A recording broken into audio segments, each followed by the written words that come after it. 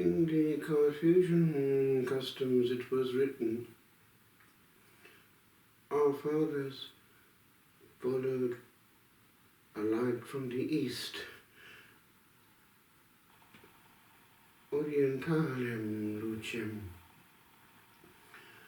Rigobach, in his life of St. David, gives a similar message.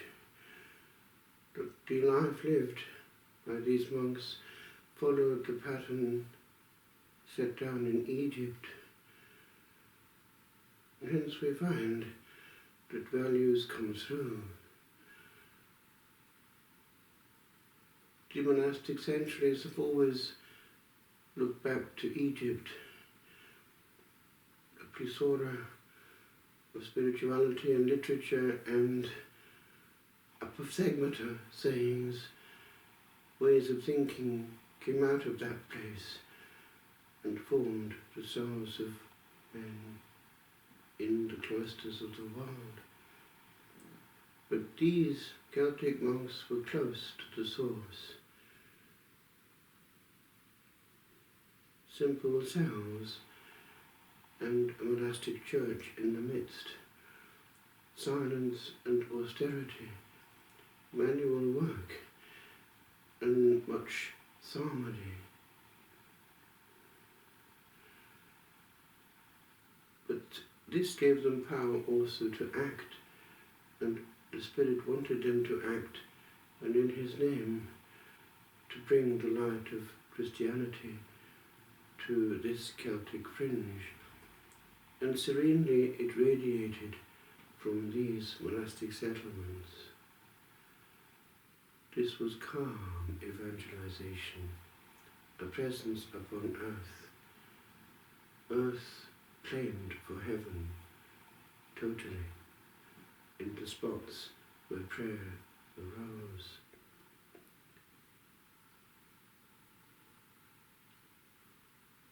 The importance, therefore, of letting God reign is central to our adventure. It is not the correct way to start from this premise. What must I do to make this work? It would be better to be passive and wait for a word, an inspiration which is genuine. And that might come also to another person who might command in His name with authority. And therefore elasticity and availability would be the key. Lord, what wilt thou have me to do? Arise and go to Damascus, and it will be told thee what thou hast to do. St. David was known for his power in preaching. In iconography, the dove is on his shoulder.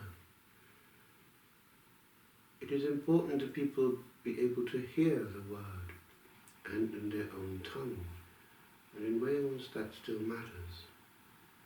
Hence the relative success of the re-establishing of the Catholic hierarchy in Wales. It was not able to function in the culture, alas, because it was coming from another culture. But David was from the culture. And we see in his life how the Lord wanted the word to penetrate. He couldn't be heard, there was a huge crowd. And this blessed napkin he stood upon, and the ground rose under his feet, and Brevi became Llandewi Brevi, and the hill where it happened can still be seen. There's a church there to this day. It was the first megaphone of history. But the word has to be heard, and the Lord found this pulpit of His own invention to make it so. Now the pulpit could be actually electrical and could go outside the walls of the church itself and reach a wider area, even across the oceans. It is a modern version of this miracle. The word, when heard, penetrate. And in Wales, the penetration of the word was huge.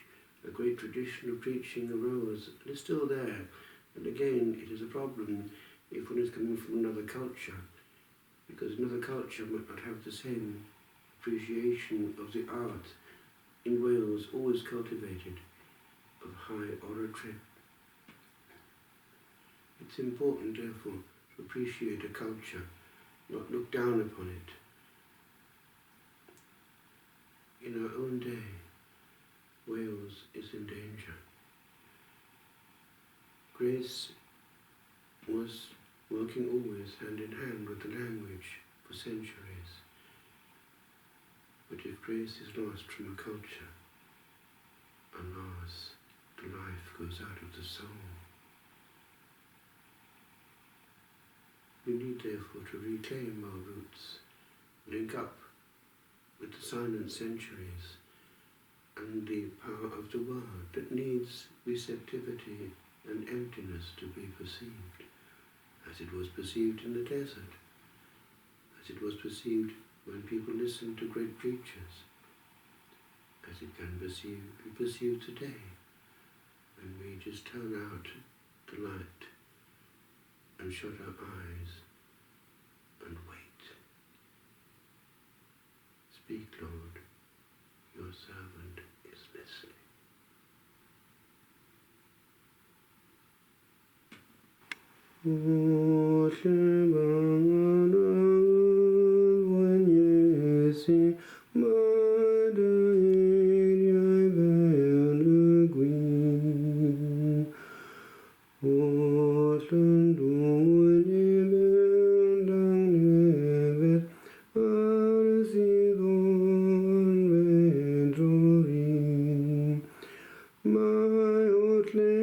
Share